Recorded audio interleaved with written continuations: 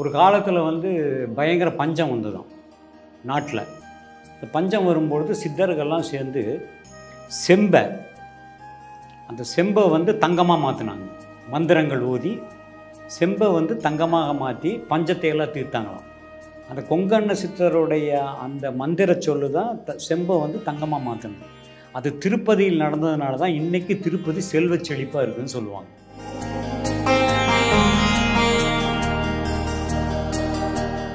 இப்போது புதிய அறிமுகம் ஆச்சி ஹோட்டல் சாம்பார் 50 கிராம் ரூபாய் 20 மட்டுமே.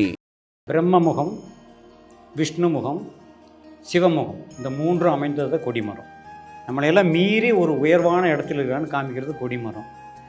நீங்கள் கொடிமரத்தை சுற்றி வரும் பொழுதே இந்த தீய சக்திகள்லாம் இருக்குது பார்த்தீங்களா, இது பூராமே உங்களை விட்டு வெள்ளது.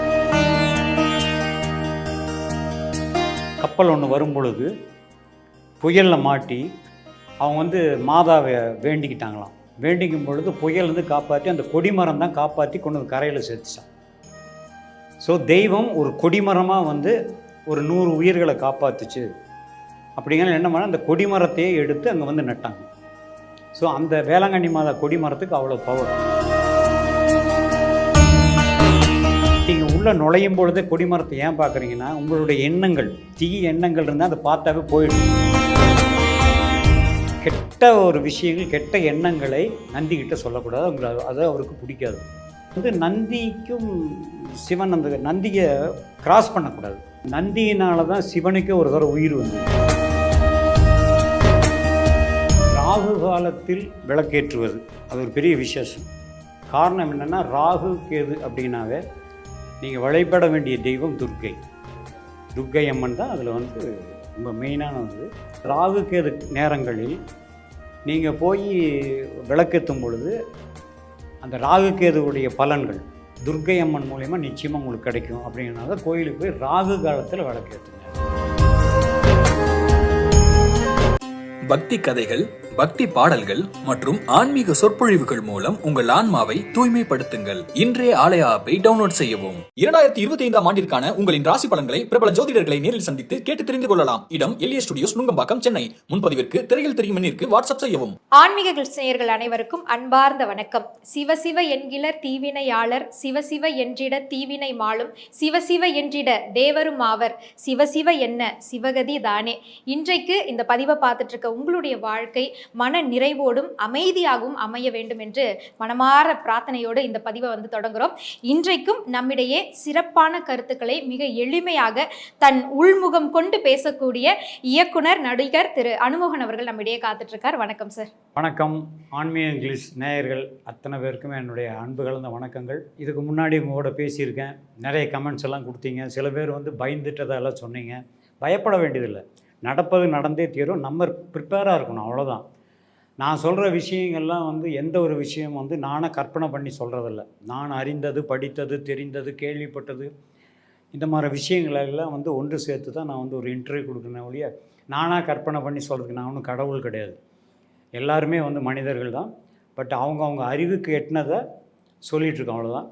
இந்த மாதிரி சேனல் மூலிமா சில விஷயங்கள் சொல்லும் பொழுது எல்லா மக்களுக்கும் போய் சேருங்கிறது தான் மெயினான ஒரு விஷயம். அதுக்காக தான் அந்த மாதிரி இன்டர்வியூ கொடுக்கணும் ஒழிய எல்லாரும் எல்லாமே தெரிஞ்சுக்கணும். அதுக்கு ரொம்ப உதவியாக இருக்குது இந்த நம்ம ஆன்மீக சேனலு. உங்கள் எல்லோருக்கும் மறுபடியும் என்னுடைய வணக்கம். அம்மணி வந்து கேள்வி கேட்க போகிறாங்க. என்னுடைய பதிலுக்காக நீங்கள் காத்திருப்பீங்க. கண்டிப்பாக நல்ல பதிலாக இருக்கும். வாழ்த்துக்கள். கண்டிப்பா சார். அது மட்டும் இல்லாம ஒழுக்க நெறியோடு அறத்தோடு வாழ்ந்தோம்னா இறைவனை உணர முடியும்ன்றதையும் எங்களுக்கு நீங்க உணர்த்திக்கிட்டு வரீங்க. அந்த இறைத்துவத்தை உணரணும் அப்படின்னா நம்ம பின்பற்ற வேண்டிய சில வழிமுறைகள்லாம் இருக்கு. தெரிஞ்சோ தெரியாமலோ தவறாவே அதை நம்ம செஞ்சுக்கிட்டு இருக்கோம். குறிப்பா இப்ப நம்ம கோயிலுக்கு போகிறோம்னு வச்சுக்கோங்களேன். இந்த கோவில்ல போகும்பொழுது முதல்ல எந்த இடத்தை வழிபடணும், கொடிமரம் இதனுடைய முக்கியத்துவம் என்ன, இதெல்லாம் தெரியாமலேயே முன்ன போறவங்க ஒரு கும்பிடு போடுறாங்களா, பின்ன போற நம்மளும் அந்த இடத்துல கும்பிட்டுறணும் அப்படின்ற ஒரு எண்ணத்தோடய போயிட்டு இருக்கோம். புரிதலோடு போனோம் அப்படின்னா ஒரு ஆழத்தன்மையும் நமக்கு கிடைக்கும். அந்த வகையில் கோவிலில் கொடிமரத்திற்கான அவசியம் என்ன, அதை பற்றி சொல்லுங்கள் சார். கொடிமரம் அப்படின்னு பார்த்தீங்கன்னா, அந்த கொடிமரத்துக்கு தான் முழு சக்தி. இறைவனை போய் கோயிலை பார்க்கலாம்னா கொடிமரத்தை பார்க்கும் பொழுது ஒரு பெரிய விசேஷம் என்னென்னா, பிரம்மமுகம், விஷ்ணுமுகம், சிவமுகம், இந்த மூன்றும் அமைந்தது இந்த கொடிமரத்தை வந்து சுற்றி வரும்பொழுது என்னென்னா, நிறைய பலன்கள் வந்து நம்மளுக்கு கிடைக்குது. ரெண்டாவது வந்து கொடிமரத்தை நீங்கள் வந்து மேலே அண்ணாந்து பார்க்குறீங்க, அதுக்கப்புறம் கீழே குனிஞ்சு கும்பிடுறீங்க. இந்த கீழே குனியும் பொழுது அதில் என்னன்னா, நம்ம முதுகுத்தண்டு இருக்கு இல்லையா, அதில் வந்து 36 விதமான எலும்பு தொடர் இருக்குது. ஸோ அந்த குனிஞ்சு கும்பிடும் பொழுது அந்த முதுகு தண்டு இருக்குது பார்த்தீங்கன்னா, அதில் கூட எலும்புகள் பூராமே சீரடையும். ஸோ கொடிமரத்தை பார்த்து கீழே விழுந்து வணங்கும் பொழுது உடலே சீராகுது.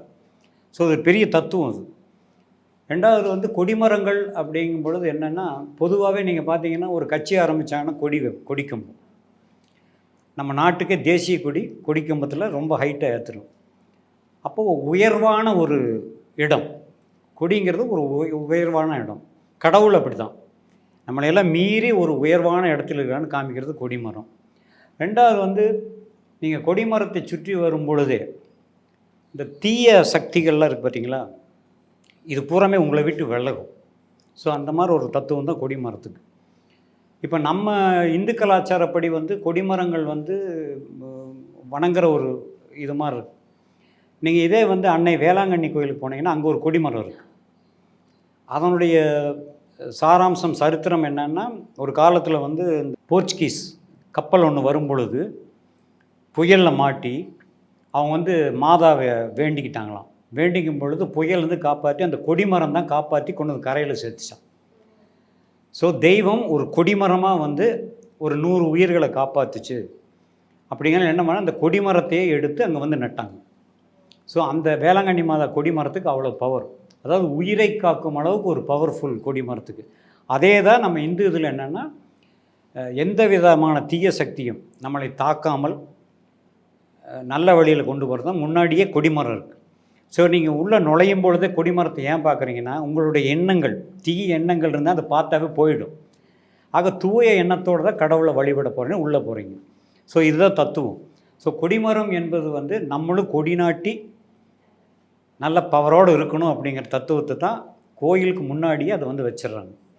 உயர்ந்த இடத்தில் இருக்கும் இறைவனை பணிந்து வணங்கும் பொழுது அந்த உயரத்திலிருந்து அருள் நமக்கு அதில் கிடைக்கும். உடல் ரீதியாகவும் பாருங்கள், அந்த எலும்பெல்லாம் வந்து கிளியராகும். அந்த முதுகுத்தண்டு தான் மெயின். அந்த முதுகுத்தண்டுக்குள்ள நரம்புக்கு தான் மூளை எல்லாமே. ஸோ வந்து அந்த 36 அந்த எலும்பு இதுவுமே சீரடையும் அப்படிங்கிறது ஒரு தத்துவம், இது மருத்துவம் தான். ஸோ ஒரு கொடிக்கம்பம் கொடிமரம் வைக்கிறாங்க அப்படின்னா அந்த காலத்தில் வந்து எதுவுமே சும்மா எல்லாம் செய்யலை. உண்மையிலே இதில் தத்துவங்கள்லாம் அறிவியலையும் ஆன்மீகத்தையும் இணைச்சு வச்சிருக்காங்க. ஆன்மீகத்திலிருந்து வந்தது தான் அறிவியல், விஞ்ஞானமும் அதிலிருந்து வந்தது தான். ஸோ கொடிமரத்தை கும்பிடுவது வந்து ரொம்ப ரொம்ப விசேஷம். அதே மாதிரி சிவன் ஆலயங்களுக்கு செல்லும் பொழுது சிவனுக்கும் நந்திக்கும் இடையே வந்து ஒரு தொடர்பு இருக்குன்னு சொல்றாங்க. அதே மாதிரி நந்தி கிட்ட போய் நம்ம என்னென்னலாம் வேண்டணுமோ அது நிச்சயமா சிவனிடம் போய் சேரும்னு சொல்றாங்க. எனக்கு இருக்கக்கூடிய டவுட் என்னன்னா, சந்தேகம் என்னன்னா, என்ன சொல்லக்கூடாது அங்கு போய், அதே மாதிரி சிவனாருக்கும் நந்தியாருக்கும் இடையே போயிட்டு வரக்கூடாதுன்னு சொல்றாங்க. இது உண்மையா? அதாவது நந்தியுடைய காதில் போய் சொல்லுவாங்க. ஆமாம். சொல்கிறது என்னவா இருக்கணும்னா, நன்மையான விஷயங்கள், அதில் சுயநலம் அதிகமாக இருக்கக்கூடாது. கெட்ட ஒரு விஷயங்கள், கெட்ட எண்ணங்களை நந்திக்கிட்ட சொல்லக்கூடாது. அது அவருக்கு பிடிக்காது. நீங்கள் என்ன வேணாலும் சொல்லலாம், ஆனால் நல்லதாக இருக்கணும். அது எல்லாருக்கும் ஒரு பிரயோஜனம் உள்ளதாக இருக்கணும். அதை தான் நந்தி வந்து ஏற்றுக்குவார், சிவன் கிட்ட சொல்லுவார்ன்றது ஒரு ஐதீகம். பட் பொதுவாக வந்து நீங்கள் நந்தி காதில் சொல்கிறதுங்கிறது சாதாரணமாக சொல்கிறாங்க. பட் அதில் வந்து நல்லதை சொன்னால் நந்தி ஏற்றுக்குவாங்க. ஆனால் பொதுவாக சொல்கிறது வந்து நந்திக்கும் சிவன் அந்த நந்தியை கிராஸ் பண்ணக்கூடாது, குறுக்க போயிட்டு வரக்கூடாது. அது கிராஸ் பண்ணக்கூடாதுன்னு மெயின் என்ன அப்படின்னா, புராண கதைகளில் பார்த்தீங்கன்னா நந்தியினால தான் சிவனுக்கே ஒரு தடவை உயிர் வந்தது. ஆழகால விஷயத்தை சிவன் சாப்பிட்டப்போ மயக்கம் வந்துருச்சு அவர் சிவனுக்கே. அப்போ பார்வதி வந்து தன்னுடைய தாலியை கழட்டி கழுத்தை நெரிச்சு தான் நிறுத்தினது கையாலன்னு புராணங்களுக்கு. அதை மீறி ஒரு சித்தர் சொல்லியிருக்கிறது என்னென்னா, எனக்கு தாலி பாகியம் இருக்குதுன்னு சொல்லியிருந்தீங்களே, நீங்கள் பாட்டுக்கு விஷம் கொடுக்குறீங்களேன்னு சொல்லியிருக்காங்க. நான் சொன்னது உண்மையாக இருந்தால் அந்த தாலியே உன்னை காப்பாற்றட்டும் அப்படின்னு சொல்லிட்டு குடிக்க போனார். ஒரு ட்ராப் போனோடனே அவருக்கு மயக்கம் வந்துச்சு. புல் பூண்டு எல்லாமே மயங்க ஆரம்பிச்சிச்சு. 33 கோடி தேவர்களுக்கு மயக்கம் வர ஆரம்பிச்சிச்சு. அப்போ பிராணம் இல்லை அவருக்கு. இந்த பிராணம் கொடுத்தது தான் நந்தி. அந்த பிராணவாயுவை மூச்சு காற்ற சிவனுக்கு கொடுத்தோன்னே தான் அதில் பொழைச்சார். ஸோ எந்த நிமிடத்திலும் சிவனுடைய அந்த கழுத்தில் இருக்கிற விஷம் மேலே வந்தாலும் தப்பு, வெளியே வந்துட்டாலும் தப்பு, உள்ளே போனாலும் தப்பு. ஆனால் எந்த நேரத்துலையும் அதை பாதுகாப்பதுக்கு நம்ம மூலியமாக மறுபடியும் பிராணம் கொடுக்கணுக்காகவே உட்காண்ட்ருக்காரு. ஸோ நீங்கள் குறுக்க போயிடக்கூடாது, அதை அவருக்கு பிடிக்காது. இதுதான் தத்துவம். இது புராண கதை தான் அதெல்லாம். பட் அதனால் நந்தியை கிராஸ் பண்ணக்கூடாது. நந்திக்கிட்ட நீங்கள் சொல்லலாம், நல்ல விஷயங்கள் சொன்னால் நந்தி ஏற்றுக்கிட்டு சிவனுக்கிட்ட சொல்லுவார், நம்ம பார்ட்டி வந்திருக்கு, நம்மகிட்ட சொல்லியிருக்கு சாமி, நீங்கள் கொஞ்சம் ஹெல்ப் பண்ணுங்கன்னு சொல்லுவார், ரெக்கமெண்ட் பண்ணுவாங்க. ஆமாம் ரெக்கமெண்ட். சரிங்க சார். எங்க புரியாத ஒரு ஆனால் இன்னொன்று சொல்லுவாங்க, என்ன நந்தி மாற குறுக்க வந்துட்டாங்க. நந்தி வந்து குறுக்க வந்து உட்காந்துருக்கிறது காரணமே எல்லாமே ஜீவன் எல்லாருமே உயிரோடு நல்லா இருக்கும்ன்ற சிவனை பார்த்து உட்காந்துருக்கிறது தான். நந்தி மாற குறுக்க வந்தது தப்பான ஒரு விஷயம். நீங்கள் நந்திக்கு குறுக்க போகக்கூடாது, இதை வேற மாதிரி சொல்லிட்டாங்க. இதுதான் உண்மை. சிறப்பு சார். அடுத்து இருக்கக்கூடிய சந்தேகம், பொதுவாக வீட்டிலலாம் விளக்கேற்றும் பொழுது நல்ல நேரம் பார்த்து விளக்கேற்றுங்க, சரியான நேரம் பார்த்து எழுத்துங்க, பிரம்ம முகூர்த்தத்தில் விளக்கேற்றுங்க அப்படின்னு சொல்கிறோம். ஆனால் கோயிலுக்கு போகும்போது மட்டும் ராகு காலத்தில் விளக்கேற்றுங்க அப்படின்னு சொல்கிறாங்க. முன்னுக்கு பின் முரண் மாதிரி தெரியுதுங்களே, இதற்கு என்ன அர்த்தம் ஐயா? அதாவது ராகு காலத்தில் விளக்கேற்றுவது அது ஒரு பெரிய விசேஷம். காரணம் என்னென்னா, ராகு கேது அப்படின்னாவே நீங்கள் வழிபட வேண்டிய தெய்வம் துர்க்கை. துர்க்கை அம்மன் தான் அதில் வந்து ரொம்ப மெயினான இது. ரெண்டாவது, ராகு கேதுக்கு வந்து ஜாதக ரீதியாக கட்டத்தில் இடம் கிடையாது, ஜோதிட ரீதியாக அந்த கட்டத்தில் இடம் கிடையாது. அப்போ அவங்க வந்து விரதம் இருந்தாங்க. விரதம் இருந்து அருள் வாங்கி தான் அந்த கட்டத்துக்குள்ளேயே வந்தாங்க. ஜோதிடத்துக்குள்ளே நுழைஞ்சது காரணமே ராகு கேது துர்க்கை அம்மனை வேண்டித்தான். ஸோ அதனால் ராகு கேது நேரங்களில் நீங்கள் போய் விளக்கேற்றும் பொழுது அந்த ராகு கேதுவுடைய பலன்கள் துர்க்கை அம்மன் மூலயமா நிச்சயமாக உங்களுக்கு கிடைக்கும். அப்படிங்கிறனால தான் கோயிலுக்கு போய் ராகு காலத்தில் விளக்கேற்றுங்க. பொதுவாக ராகு காலம் யமகண்டத்தில் வெளியிலேயே நம்ம போக மாட்டோம். ஆனால் கோவிலுக்கு துர்க்கைக்கு விளக்கேற்றணும்னா அந்த நேரம் பார்த்து தான் நம்ம போகிறதுக்கு இதான். ஏன்னா வந்து ராகு துர்க்கை அம்மன் வந்து அப்படி ஒரு வரம் வாங்கி வந்தவங்க அவங்க. ஏன்னா நிழல் கிரகம், ராகு கேது நிழல் கிரகம். மற்ற 7 கிரகங்களுக்குள் நானும் இருக்கிறேன்ற ஒரு வரம் வாங்கி உள்ளே வந்தவங்க தான் அவங்க. ஸோ ராகு கேதுன்னா பயப்பட வேண்டியதில்லை. ராகு காலத்தில் போய் நீங்கள் வந்து விளக்கேற்றும் பொழுது ராகு கேதுடைய பலன்கள் நிச்சயமாக எல்லாருக்குமே கிடைக்கும். ஐயா, நீங்கள் நிறைய இடங்களுக்கு பயணம் செஞ்சுருக்கிறதுனால உங்ககிட்ட பொதுவான ஒரு கேள்வி. நிறைய சிவாலயங்கள் இருக்குது கிராமங்களில், போகிற இடமெல்லாம் சிவாலயம் இருக்குது. ஆனால் எல்லா இடங்கள்லையும் சிவபெருமானுக்கு வெவ்வேறு பெயர்களில் அவருடைய திருநாமத்தை அழைத்து வணங்குறாங்க. இதற்கான காரணம் என்ன? ஏன்னா ஒரு சில கடவுளுக்கு பார்த்தீங்கன்னா எல்லா இடங்களிலும் ஒரே பெயர் தான் இருக்குது. சிவனாருக்கு மட்டும் எந்த இடம் போனாலுமே கைலாயேஸ்வரர், கங்கேஸ்வரர் அப்படின்னு வெவ்வேறு பெயர்களை கூப்பிட்டு அந்த நாமத்தை வந்து உச்சரிக்கிறாங்க. இதற்கு என்ன உள்ளார்ந்த அர்த்தம்? சிவபெருமான் வந்து அவதார புருஷன் கிடையாது. ஃபஸ்ட்டு ஒன்று தெரிஞ்சுக்க, அவதார புருஷன். ஆனால் மற்ற தெய்வங்களுக்கெல்லாம் அவதாரங்கள் இருக்குது, இவருக்கு அவதாரம் இல்லை. அவதாரம் இல்லாதனால சிவனை பல ரூபங்களை வழிபட ஆரம்பித்தாங்க மக்களாக. இப்போ நார்த் சைடு போனீங்கன்னா சிவபெருமான் மீசையெல்லாம் வச்சுருப்பார், இங்கே இருக்காது. ஸோ அவங்களுடைய வழிபாட்டு தரம் அவங்களுடைய சிவன் இப்படித்தான் இருக்கணும்னு கற்பனையில் ஒவ்வொரு உருவமைப்பாக பண்ணி தான் பண்ணாங்களுடைய. அதுக்கு ஒவ்வொரு பெயர் வச்சுருக்காங்க, அந்தந்த ஏரியாவுக்கு தகுந்த மாதிரி அவங்க வந்து கும்பிட்டது தான். அதர்வைஸ் வந்து சிவபெருமான்ன்றது ஒன்று தான்.